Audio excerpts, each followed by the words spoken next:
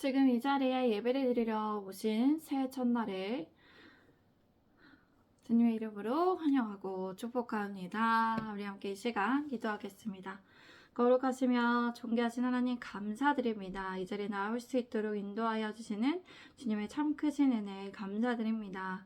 하나님 홀로 영광 받아주시고 이 시간 하나님의 영광이 드러나게 하시고 하나님 말씀이 선포될 때 하나님 나라가 더욱더 확장되게 하여 주시옵소서. 주님 이 시간 다스려 주시고 통치하여 주시옵시고 하나님 아버지 하나님의 말씀을 듣는 우리에게 하나님의 말씀을 듣고 깨닫는 은총과 지혜와 지식을 이 시간 허락하여 주시기를 간절히 원하며 이 모든 말씀을 이고 주 예수 그리스도의 이름으로 기도드립니다. 아멘. 오늘 설교의 주제는 하나님의 은사와 부르심에는 후회가 없습니다 입니다.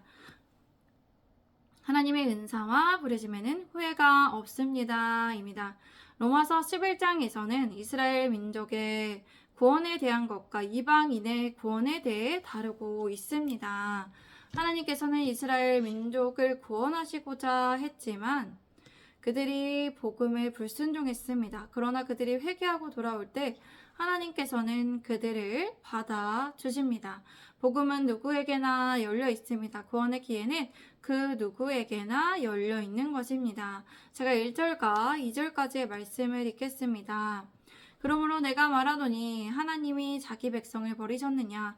그럴 수 없느니라. 나도 이스라엘이니요 아브라함의 씨에서 난 자요 베냐민 지파라.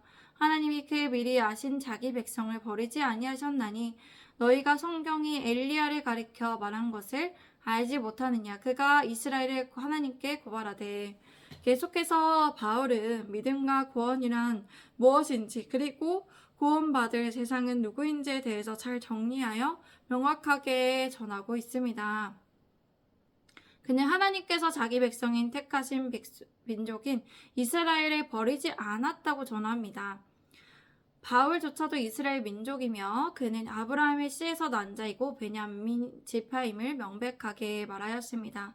그리하여 하나님께서 미리 처음에 택하신 자기 백성을 버리지 아니하셨음을 전합니다.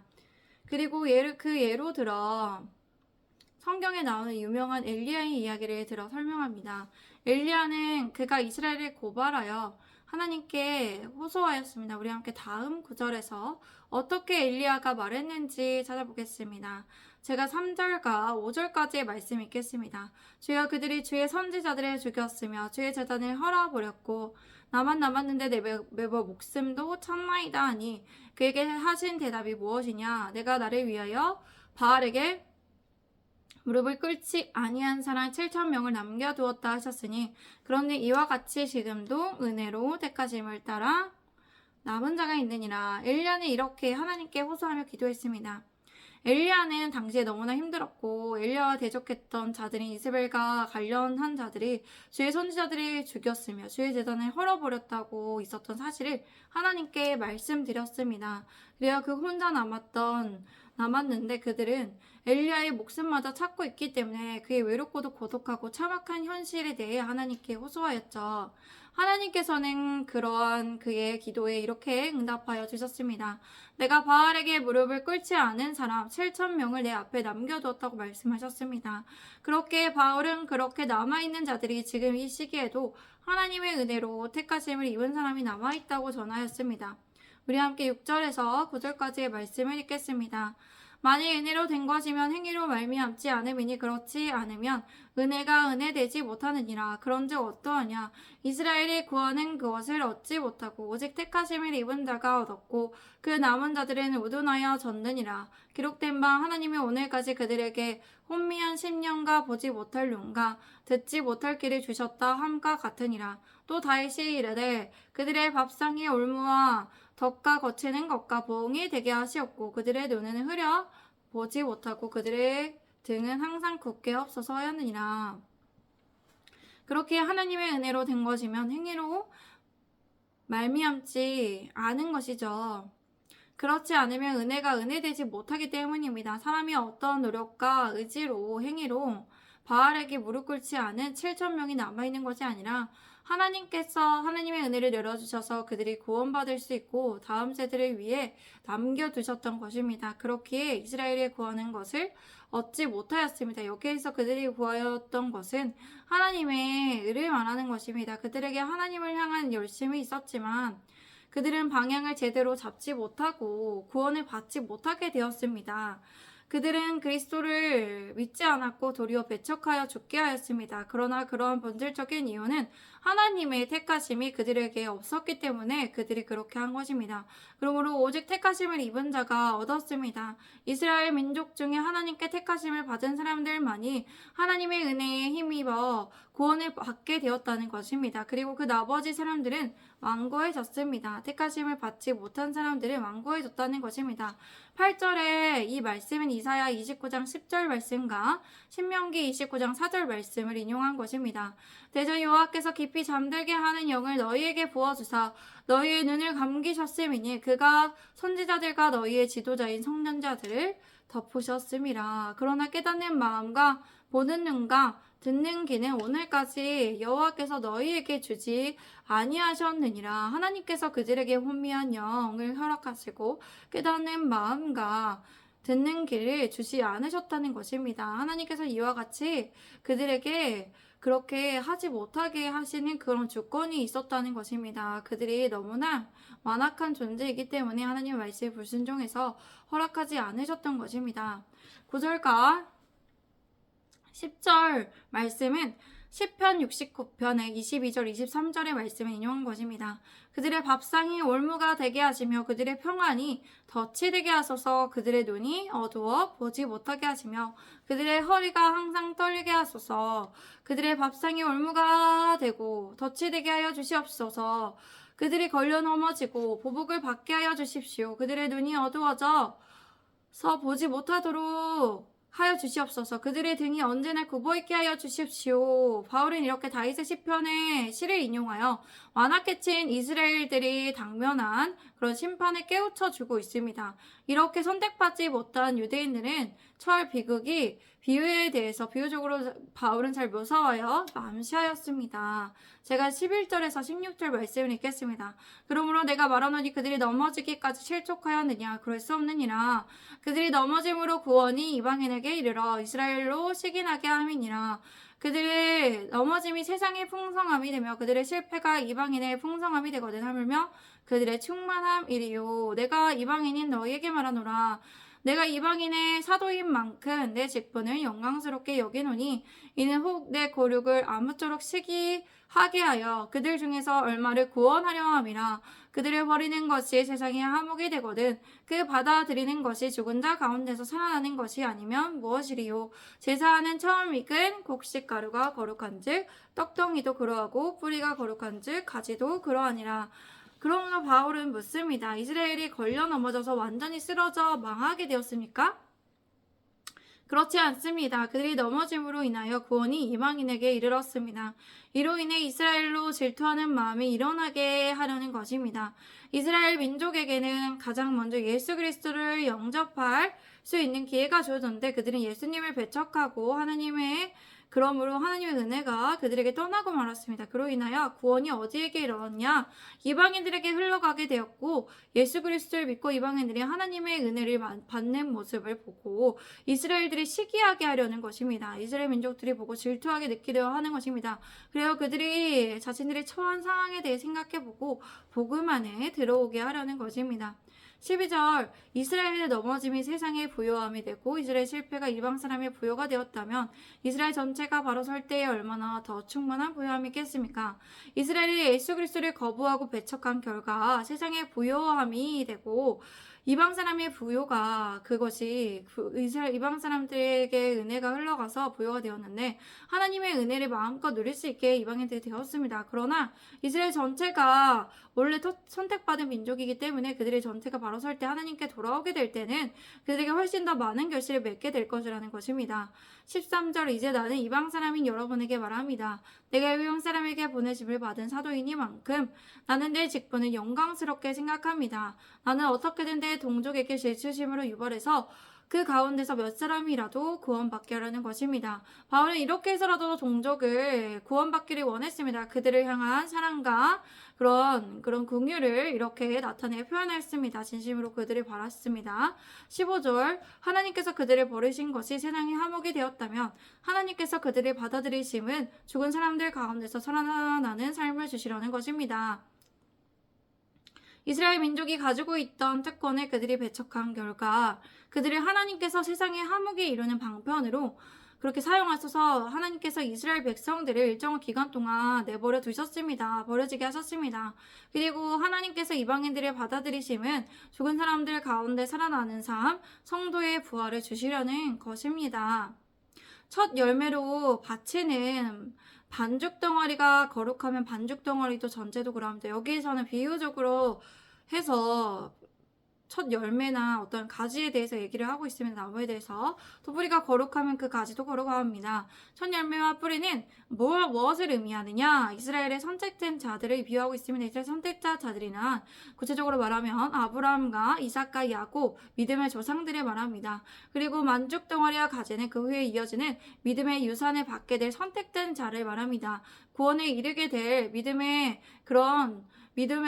그런 선택된 자들을 말하는 것이죠. 바울은 이러한 비유적인 표현을 쓰면서 이스라엘을 완전히 하나님께서 버려진 게 아니라 하나님께서 그들에게 구원의 여지를 남겨주셨다는 것을 그렇게 확신하며 얘기했습니다.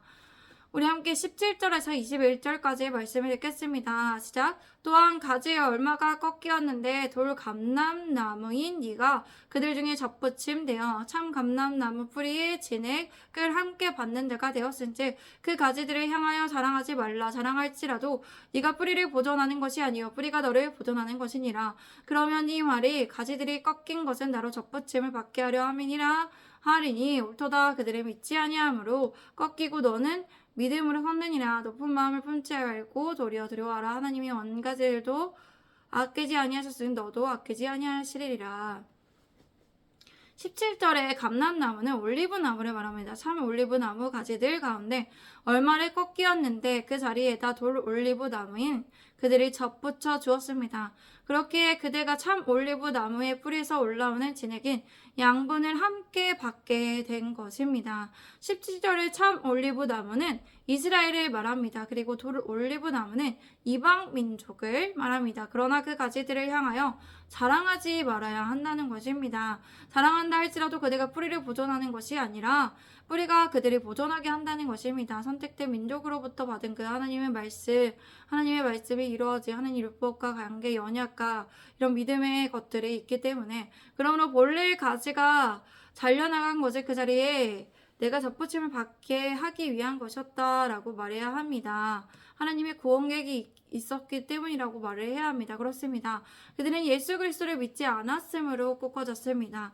그러나 그들은 믿음으로 서 있습니다. 그러나 높은 마음을 품지 말고 우리가 두려워해야 합니다. 하나님께서는 원가지들도 아끼지 아니하셨은즉 접붙은 가지도 아끼지 아니하실 것입니다.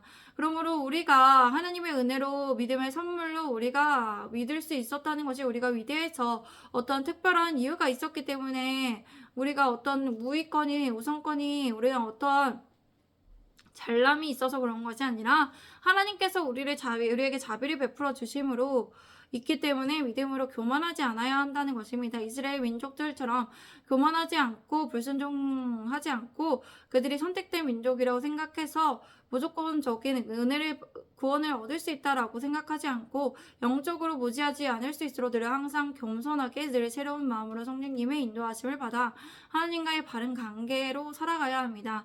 스스로 점검하고 주님 안에서 늘 깨어있는 삶을 살아가 주님 안에서 승리하는 삶을 살아가야 한다는 것입니다. 제가 22절에서 24절까지의 말씀을 읽겠습니다.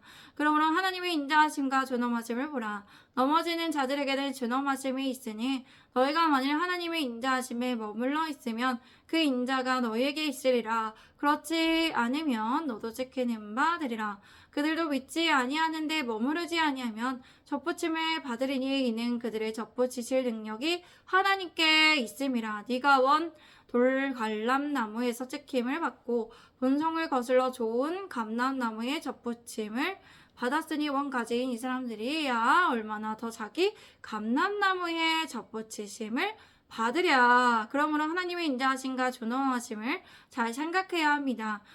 하나님께서는 넘어진 사람들에게 타협하지 않으시고 엄격하시다는 것입니다. 공의로우신 하나님이시죠. 그러나 우리가 하나님의 인자하신 사랑하심과 그 자비하심에 머물러 있으면 하나님께서 우리에게 인자하게 대하신다는 것입니다. 그렇지 않으면 우리도 이스라엘의 많은 사람들처럼 잘리게 된다는 것이죠. 그렇게 우리가 교만하지 않고 겸손하게 하나님의 은혜를 바라며 하나님을 의지하고 바라며 살아가야 합니다. 그러나 믿지 않았던 자들이 다시 돌아오게 된다면 그들도 접붙임을 받게 될 것입니다. 하나님께서는 그들을 다시 접붙이실 수 있는 능력이 있으시다는 것입니다. 그럼 우리가 돌 올리브 나무에서 잘려서 그 본성을 거슬러 참 올리브 나무에 접붙임을 받았다면 멍 가진 그들이 다시 접붙임을 받을 수 있다면 그것이 훨씬 더 쉬운 일이지 않습니까? 그렇죠. 참 올리브 나무가 다시 돌아온다면 달려나갔던 그들이 하나님을 향해 돌아온다면 그게 훨씬 더 쉬운 일입니다. 그들이 먼저 선택을 받았던 민족이기 때문에 이처럼 하나님께서 그들을 완전히 버리지 않고 이스라엘을 향한 구원 계획을 가지고 계시다는 것이죠. 우리 함께 25절에서 29절까지 말씀을 읽겠습니다. 형제들아 너희가 스스로 지혜 있다 하면서 이 신비를 너희가 모르기를 내가 원하지 아니하노니 이 신비는 이방인의 충만한 수가 들어오기까지 이스라엘의 도로는 우둔하게 된 것이라. 그리하여 온 이스라엘의 구원을 받으리라. 기록된 바 구원자가 시온에서 오사 야곱에게서 경건하지 않은 것을 돌이키시겠고 내가 그들의 죄를 없이 할 때 그들에게 이루어질 내 언약이 이것이라 함과 같으니라. 복음으로 하면 그들이 너희로 말미암아 원수된 자요 택하심으로 하면 조상들로 말미암아 사랑을 입은 자라. 하나님의 은사와 부르심에는 후회하심이 없느니라. 그렇기 때문에 형제 자매의 여러분, 이 신비의 비밀을 모르지 않기를 원하면 알기를 원한다는 것이죠. 그것은 여러분이 스스로 현명하다고 생각하는 일을 없게 하려는 것은 스스로 지혜 있다 하지 않게 하는 것이죠. 이 신비의 비밀은 이방인의 충만한 수가 다 찰 때까지 이스라엘 사람들 가운데 일부가 완악하게 되었다는 것입니다. 그래야 온 이스라엘의 구원을 받게 되리라는 것입니다. 그것은 성경에 이렇게 기록된 바와 같습니다. 이 말씀은 이사야 59장 20절 말씀에서 인용한 것입니다. 여호와의 말씀이니라. 구속자가 시온에 임하며 야곱의 자손 가운데에서 제가를 떠나는 자에게 이 말이라. 아멘. 이 말씀은 이사야 27장 9절의 말씀을 인용한 것입니다.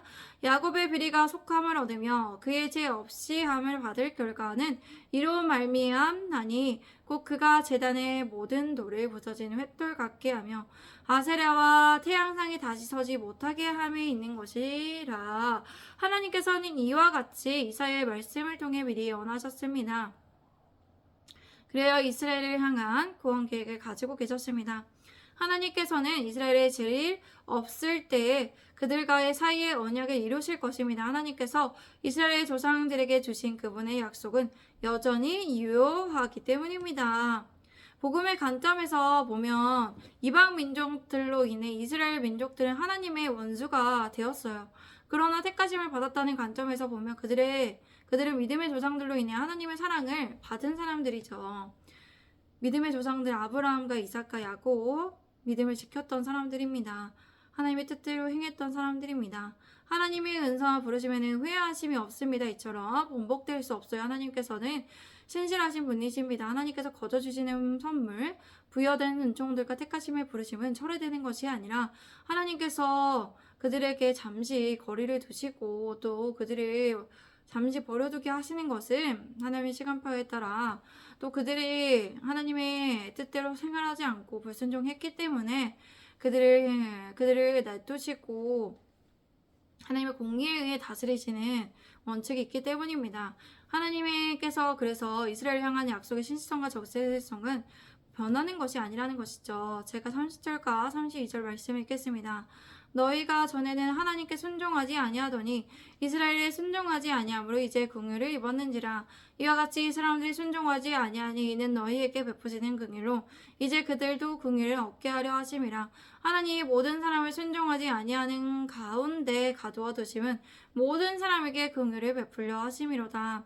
한때 여러분이 하나님께 순종하지 않았으나 지금은 이스라엘에 순종하지 아니하므로 이제 긍휼을 입었다는 것입니다. 그렇습니다. 우리는 이방인이었고 하나님께 순종하지 않았던 민족이었습니다. 그러나 이스라엘이 받아들여지지 않은 복음이 우리에게 전해졌고 하나님의 긍휼을 잊게 되었습니다. 이와 같이 이스라엘 민족들이 순종하지 아니함으로 우리에게 베푸시는 긍휼에 힘입어 이제 이스라엘 민족도 긍휼을 얻게 하려 하심입니다. 하나님께서 세상의 모든 사람을 순종하지 아니하는 가운데 가두어 주시면 무엇이냐? 모든 사람이 하나님의 긍휼을 받게 하려는 계획이 있기 때문에 하나님께서 그만큼 은혜와 사랑의 하나님이시라는 것을 알게 하는 것이죠. 우리 함께 33절과 36절까지의 말씀을 읽겠습니다. 깊도다 하나님의 지혜와 지식의 풍성하며 그의 판단은 헤아리지 못할 것이며 그의 길은 찾지 못할 것이로되 로다 누가 주의 마음을 알았느냐? 누가 그의 모사가 되었느냐? 누가 주께 먼저 드려서 갚으심을 받겠느냐? 이는 만물이 주에게서 나오고 주로 말미암고 주에게로 돌아감이라. 그에게 영광이 세세에 있을지어다. 아멘. 그렇게 우리는 하나님을 찬양할 수 있습니다. 하나님의 지혜와 지식의 풍성함을 찬양할 수 있다는 것입니다. 그의 판단은 아무도 헤아릴 수 없다는 것입니다. 그 누구도 하나님의 길을 찾지는 못합니다. 그 누가 주의 마음을 알았으며 그 누가 주님의 좋은 자가 되었습니까? 그 누가 주님께 먼저 드려 주님의 답례를 바랄 수 있습니까? 우리가 하나님께 받은 것이 너무 많아서 먼저 드린다는 것은 불가능합니다. 우리는 거둬주시는 은혜와 특권을 감사하며 해야 할 일을 할 뿐인 것이죠. 죄짐의 종으로서 해야 할 일을 하는 것이죠. 하나님의 큰 구원과 계획과 그 지혜와 지식과 마음을 판단할 수는 없습니다. 다 판단을 헤아릴 수는 없습니다. 그런 이유가 무엇입니까? 만물이 주에게서 나오고 만물이 말미암아 다 주께로 돌아갈 수밖에 없습니다. 다 주님께서 이러한 계획으로 태어나고 만드심으로 창조하심으로 태어나고 창조되고 또 죽을 때는 다 주님께 다시 돌아가서 또 새롭게 또 부활로 나아가거나 천국에 가거나 지옥으로 가거나 그렇게 맞이하게 된다는 것입니다. 그렇게 하나님께 영광이 영원토록 무궁하게 있다는 것입니다. 우리가 온전하게 모든 것을 다 하나님께 있음을 인정하며 지옥도 천국도 하나님의 권한에 있음을 알고 사탄도 천사도 다 하나님의 권한에 있음을 알고 하나님의 절대적인 조건을 인정하며 모든 만물이 다 주님께 복종하며 모든 만물이 다 주님만을 찬양하는 그 날이 오기를 고대하면서 우리의 신앙의 믿음을 신실하게 지켜나가야 합니다. 우리가 그리하여서 바른 신앙과 바른 지식과 바른 지혜를 알기 위해서 하나님의 말씀을 늘 묵상하고 연구하고 또 되짚어보고 다시 하나님의 말씀을 깨닫고 그렇게 할 수 있도록 다시 하나님의 말씀을 다시 계속해서 보고 또 계속해서 봐도 우리가 깨달음이 오는 것은 우리가 모든 것을 다 알 수 없기 때문에 유한한 인간이기 때문입니다. 그렇게 늘 하나님의 말씀에 기준에 되어서 살아갈 수 있도록 늘 하나님의 말씀을 주야로 묵상하면서 그렇게 연구하고 하나님의 말씀을 또 되짚어보고 되새겨보면서 하나님의 말씀을 읽고 계속해서 되뇌이면서 그렇게 하나님께 더욱더 온전한 관계에 이를 수 있도록 우리가 원합니다. 또 하나님을 무엇보다 사랑하며 하나님을 계속적인 하나님의 신앙의 표현이 하나님의 사랑함의 표현이 우리가 이렇게 계속 묵상하고 또 하나님께 예배드리는 것으로 나타나기를 원하며 우리 같이 이 시간 기도하겠습니다. 거룩하신 하나님 감사드립니다. 이 새해에도 하나님을 늘 찬양하고 하나님께 영광 올려드릴 수 있도록 육신의 미약함에도 불구하고 하나님 이 시간에 예배드릴 수 있는 하나님의 은총에 감사드립니다. 모든 것이 다 하나님의 은혜이며 하나님께 감사드리며 하나님께 모든 영광, 하나님께 영원토록 영광 받으실 주님을 오늘 찬양하며 나아갑니다. 하나님, 우리에게 하나님의 늘 풍성한 은혜와 지혜와 지식과 하나님께 쓰임받을 종으로 살아갈 수 있도록 능력과 하나님의 힘과 용기를 더욱더 부어주시옵시고, 무엇보다 하나님을 사랑하며 하나님께 모든 것을 정말 하나님께 감사하고 영광을 올려드릴 수 있도록 하나님 말씀에 기준하여 사는 성령님의 인도하심을 받는 우리 모두가 되어 순종하는 삶, 겸손한 삶 살게 하소서. 주님 감사합니다. 사랑합니다. 예수 그리스도의 이름으로 기도드립니다. 아멘. 감사합니다. 감사합니다. 모두들 감사합니다. 오늘 새해인데 앞으로도 새해에 더욱더 여러 가지 또 하고 싶은 것들도 많으시겠지만 그런 하고 싶은 것들이 정말 하나님께서 원하시는 것과 정말 일치가 되어서 모두들 그렇게 일치가 되는 것, 하나님의 뜻하신 바를 분별하여 또 하나님의 기준에 맞추어서 그 원하시는 바를 주님 안에서 행복하고 또 주님 안에서 좋은 일들을 더욱더 경험하시기를 바랍니다. God bless you. 모두들 축복합니다. 축복합니다. 할렐루야. 주님 안에서 축복합니다. 샬롬.